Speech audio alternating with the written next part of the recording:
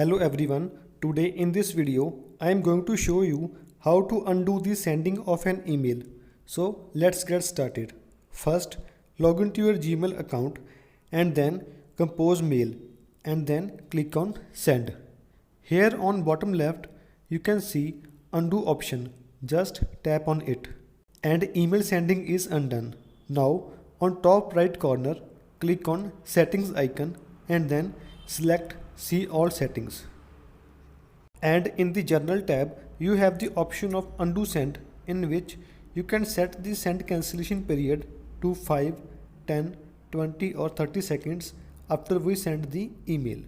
Once you set this, all you need to do is scroll down and at the bottom click on save changes.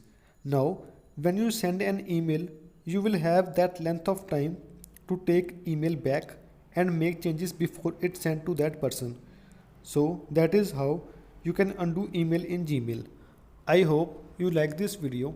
Hit subscribe button